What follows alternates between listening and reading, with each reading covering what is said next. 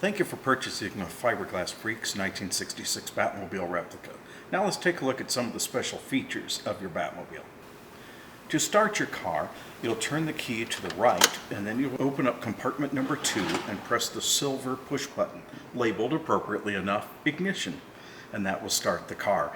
If you have a carbureted engine, make sure to pump the accelerator in order to be able to start the vehicle. You turn the key counterclockwise, and then you can operate all of the features on the car except for starting the vehicle.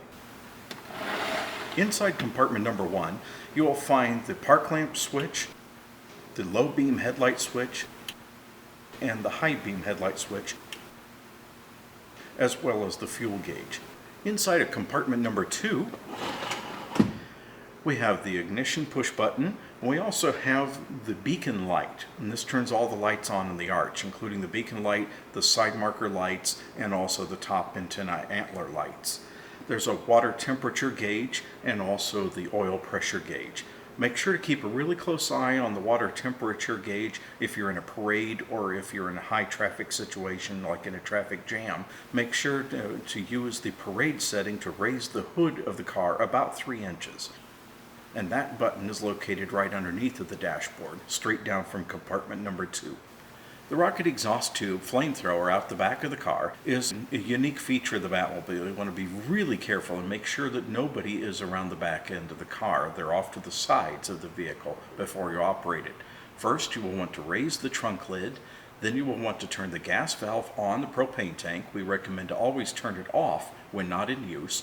And then come back to the inside of the car, turn the key to the accessory position, and then underneath the dashboard are 2 hidden switches. One of them is a toggle switch that is a safety toggle switch. Flip the safety switch out of the way, flip the toggle, you'll hear the gas start up, and then press the striker button. And after a few hits of the striker, the flame will ignite. Make sure to turn off the flamethrower by flipping the toggle switch safety cover back to its closed position, and that will turn it off. On the steering wheel are your turn signal switches. These are momentary switches that are designed to have 5 different settings. If you hold it for just a moment, it'll blink 3 times. You hold it a little bit longer to go 5 times, then 10 times, 15 times, and then all the way to being an actual hazard light. To cancel any of those, most of them will turn off by themselves, but if you need them to turn off sooner, just hit the button again and it'll turn right off for you. To activate the Batbeam antenna grid, you turn the increase output knob in a clockwise rotation to be able to raise the antenna, and you turn it counterclockwise to lower the antenna. The horn buttons are located above the steering wheel. They're the red and white dashboard buttons, labeled Battery Projector or Start Button. Now you also note that the Start button has a hinged portion to the label. If you flip that hinge portion up, it will say Anti-Theft Activator. On the center console that is between the seats, there are 2 blue triangle knobs. The front blue triangle knob turns on the 5-light flasher on the dash top, and the rearmost blue triangle knob turns on the interior light. And on the front of the center console are 2 switches. The left switch is the hood actuator, and the right switch is the trunk actuator. You don't have to hold the switches up or down. They actually raise to the proper levels with a limit switch. So just flip the switch momentarily, and the motors will take care of the rest.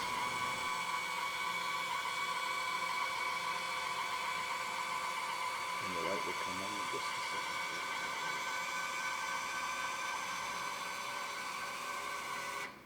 Also on the center console is the silver T-handle here. This is the gear shifter for the Batmobile.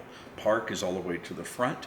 You lift up just slightly and then you're able to move into reverse, to neutral, also into drive and into low 1. And those also will be indicated on your dash top.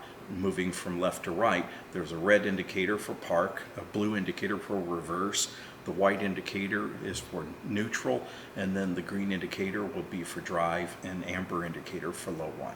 In the third dashboard compartment, you'll find the LCD screen. This operates off the DVD player as well as off of the rear view camera. To be able to switch back and forth between those two modes, use the remote control for the radio. In the fourth dashboard compartment is located the DVD player. It's also a CD player and radio. Please refer to the owner's manual for any of the descriptions there. Sitting on top of Robin's dash top is the detectoscope. And to activate the detectoscope, flip the silver toggle switch on and the green lumen disc will fire up, as well as the white lights on the right-hand side. They will blink back and forth. You can alternate the sound effects and the blinking of those lights by turning the 4 knobs. In dashboard door number 5, it conceals the remote back computer switch. To activate the remote back computer switch, flip the toggle switch. The lights will turn on and flash. The one item that doesn't do something on the Batmobile is the emergency bat turn lever. No, it does not make the car turn around 180 degrees. The Batmobile is a very, very unique vehicle out on the road. It's a very large car. The car is 18 feet 10 inches long. The car is 81 inches wide. And on the road, you want to make sure to allow extra time and extra space to be able to pass somebody, and also when making a right-hand turn because of the long wheelbase. And it's easy to forget those things while you're driving down the road. You can have a lot of motoring fun. Just be really careful and really cautious as a defensive driver, because a lot of people will be paying more attention to the car instead of to you driving it. So make sure to allow plenty of time for braking, plenty of time for turn signals, and when making a left or a right-hand turn. And just really be cautious about how you operate the vehicle, because so many people are going to be paying attention to this beautiful car.